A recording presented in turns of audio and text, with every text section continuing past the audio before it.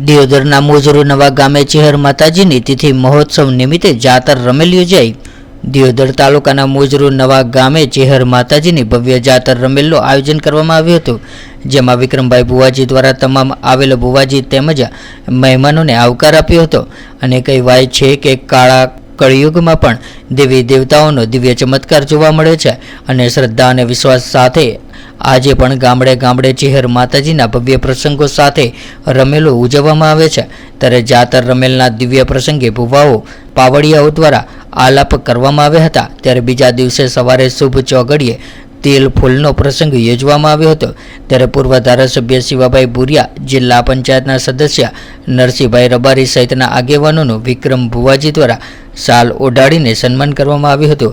સાથે જ કલાકાર સંજય નાણી ભુવાજી, નીતિન કોલવડા, કિરણ ખેરોલા, અજબપુરા કલાકારોએ રમેલમાં હાજર રહ્યા હતા।